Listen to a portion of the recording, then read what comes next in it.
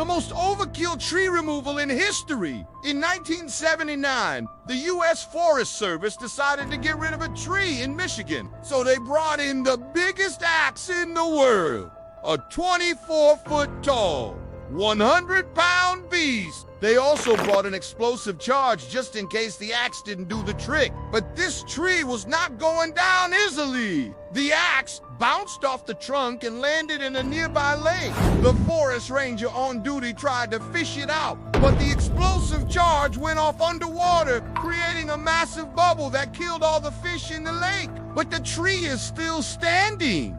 So they brought in a helicopter to finish the job. As it turns out, the explosive charge had been sitting in the sun too long and had degraded, meaning that when the helicopter tried to pull it out, the line snapped and the charge fell back into the tree hole. It exploded again, this time taking out a section of the tree with it. But the tree is still standing. So they brought in a bigger explosion, and somehow this thing still didn't kill the tree. At this point, they had to bring in one last, even bigger explosion.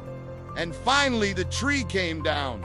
It took 5 days and nearly 600 pounds of explosives, but at least it didn't take out any more trees. History is insane. Follow for more true stories that sound fake.